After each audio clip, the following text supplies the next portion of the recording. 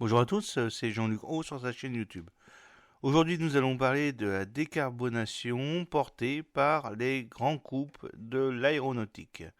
D'après une étude de l'INSEE, 37% des entreprises de la filière aéronautique en Occitanie et en Nouvelle-Aquitaine ont mis en place au moins un projet pour améliorer la performance environnementale de leur activité. Les donneurs d'ordre sont davantage engagés dans cette démarche que les PME et de la filière et les grands groupes disposant de capacités de recherche et développement et de reins financiers plus solides pour mener de front ce défi climatique et une hausse des cadences.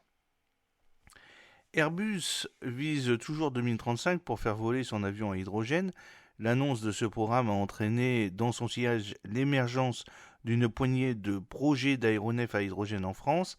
D'après une étude de l'INSEE menée en partenariat avec le pôle de compétitivité Aerospace Valley et publiée le 19 mars, 5% des entreprises de la filière en Occitanie et en Nouvelle-Aquitaine travaillaient au cours de l'année 2022 sur des projets en lien avec la décarbonation des aéronefs et ou du spatial.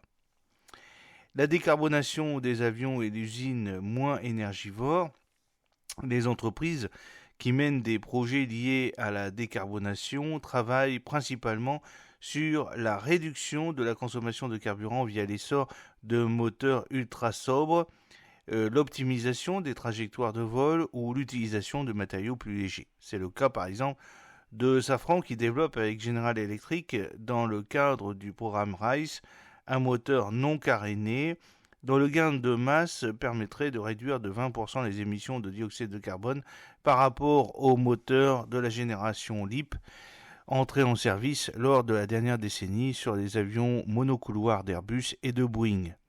De son côté, Daher a dévoilé au début de ce mois une pièce de la queue d'un avion TBM réalisé entièrement en thermoplastique, de quoi préparer l'arrivée de ces matériaux recyclables et plus légers dans les avions du futur. Parmi les autres projets viennent ensuite les nouvelles propulsions, d'abord hybrides ou électriques, mais aussi à hydrogène, et à Toulouse, Aura Aéro met au point ERA, un futur avion hybride régional dont le premier vol est prévu en 2026. Et Bayonne Aéro développe un avion d'affaires de 4 à 8 passagers. Mais l'INSEE note que les autres ruptures technologiques fortes comme le développement de carburants d'aviation durable font pour l'instant l'objet d'un nombre marginal de projets au sein de la filière.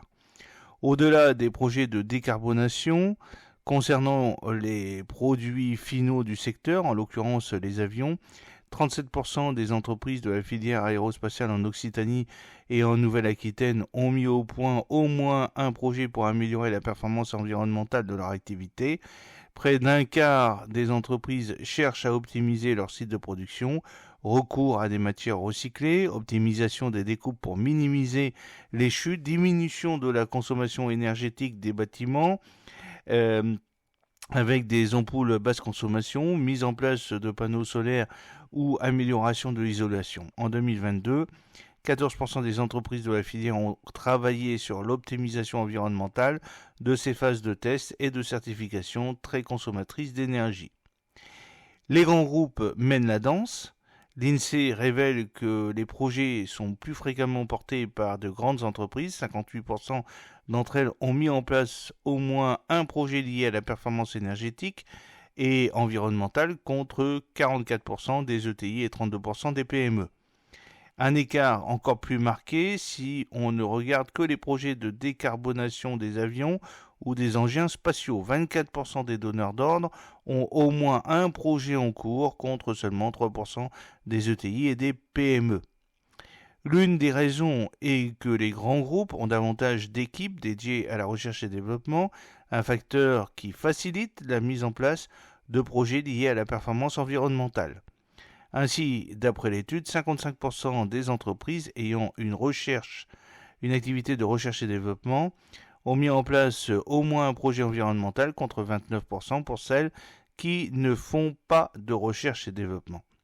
Les entreprises de la filière évoluent dans un contexte où elles doivent faire face à la reprise post-crise sanitaire qui incite plus à augmenter les cadences qu'à innover.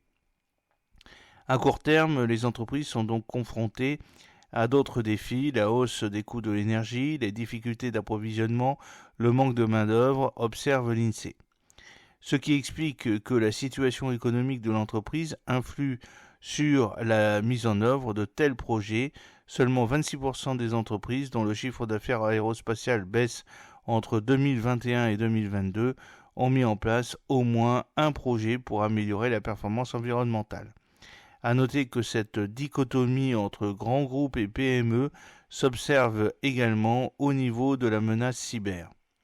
Au sein de la filière aéronautique en Occitanie et en Nouvelle-Aquitaine, si les grands donneurs d'ordre sont fortement sensibilisés au risque d'attaque informatique, les sous-traitants sont beaucoup moins protégés, portant le risque de fragiliser l'ensemble du secteur.